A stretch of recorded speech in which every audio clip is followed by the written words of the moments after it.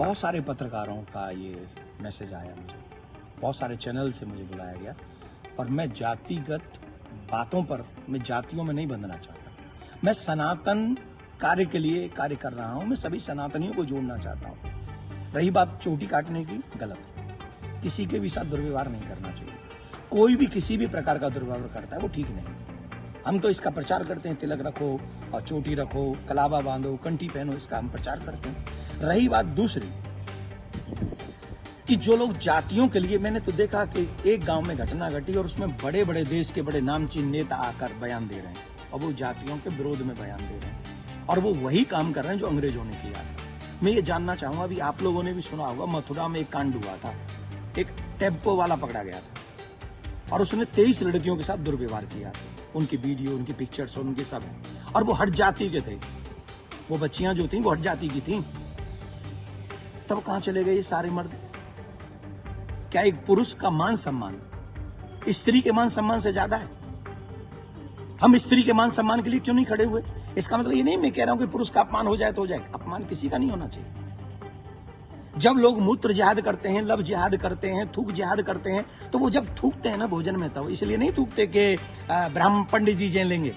उसमें सब आते हैं, पंडित जी भी आते हैं, यादव जी भी आते हैं, सिंह साहब भी आते हैं, अग्रवाल जी भी आते हैं, चौधरी साहब भी आते हैं, लिमका भी आते हैं, ढिमका भी आते हैं, सब आते हैं। वो सबके लिए थूकते हैं, वो सबके लिए मूतते हैं, वो सब की बहन बेटियों पे नजर रखते हैं। तब क्यों नहीं बोलते हम और आप सभी? बताइए, मैं जानना चाहता हूं। ये जितने भी लोग आज विवाद कर रहे हैं, ईमानदारी से बताइए, भगवान श्री राम किस लिए आए थे? वो तो क्षत्रिय थे। भगवान श्री कृष्ण किस लिए आए? वो तो यदुवंशी थे ना। किस लिए आए थे? बताइए मुझे, जरा जवाब दीजिए, जो अपनी अपनी जातियों के जो नेता बने बैठे हैं। मैं जानना चाहता हूं आपसे, जितने भी अवतार तुम्हारे सनातन में जिन पुराणों के अनुसार हुए, जिन पुराणों के अनुसार तुम अपने आप को हिंदू लिखते हो,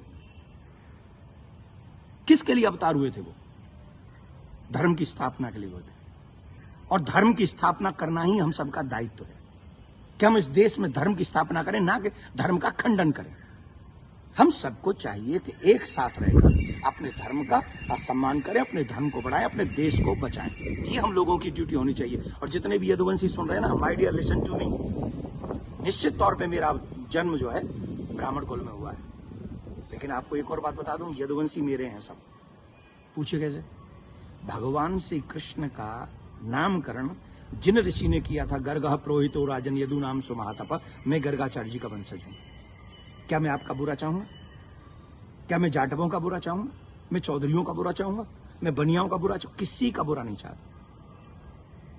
मैं आप सबका भला चाहता हूं और इस देश का भला चाहता हूं। अगर आपको ईमानदारी से अपने इष्ट में निष्ठा है, राम में, कृष्ण में, परशुराम में, हनुमान में, देवी में, देवता में, तो आप शास्त्रों के बताए हुए मार्ग पर चलिए और धर्म का पालन कीजिए और उन विधर्मियों से लड़ने के लिए तैयार हो जाइए जो हमारे देश में जाति का जहर घोलकर, कई बड़े बड़े नेता हैं, जाति के नाम पे कूद पड़े। बस चुनाव की सभाओं में बोल रहे हैं, चुनाव की एक कथा, अरे तुम्हारे इस नाम पे वोट लोगे? तो नहीं कर सकता भाई। कथा प्रवचन कहीं भी करे, हम अपने बच्चों को कहानियां सुनाते, कथा सुनाते हैं, क्या बुराई है?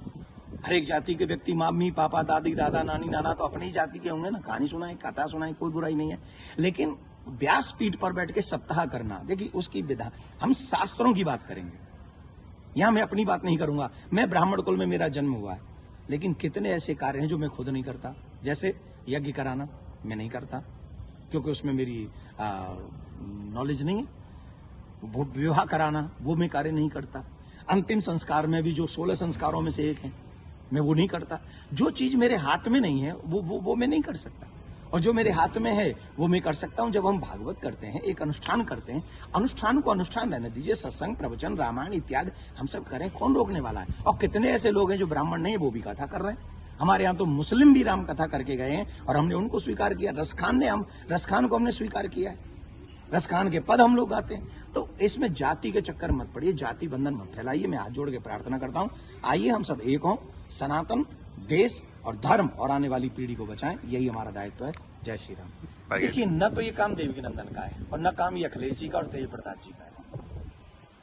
जो चीजें हुई हैं, अब कह रहे हैं कि 2 आधार कार्ड मिले हैं, कोई कह रहा है उनको छेड़खानी हुई है, जो कोई कह रहा है उनकी चोटी काटी, उनका अपमान किया गया। तो इसके लिए संविधान है, इसके लिए प्रशासन है। हमें बांटना नहीं है। प्रशासन अपना काम करे, जहां जो जिसकी गलती हो उसे सजा दे। पंडित जी की गलती है तो पंडित जी को सजा दे, यादव जी की गलती है तो यादव जी को सजा दे। लेकिन जो बड़े बड़े लोग हैं, जो बड़े बड़े पदों पर बैठे हैं, उन लोगों को जातिवाद फैलाकर समाज को लड़ाना नहीं चाहिए। ये अच्छी बात नहीं है। धन्यवाद।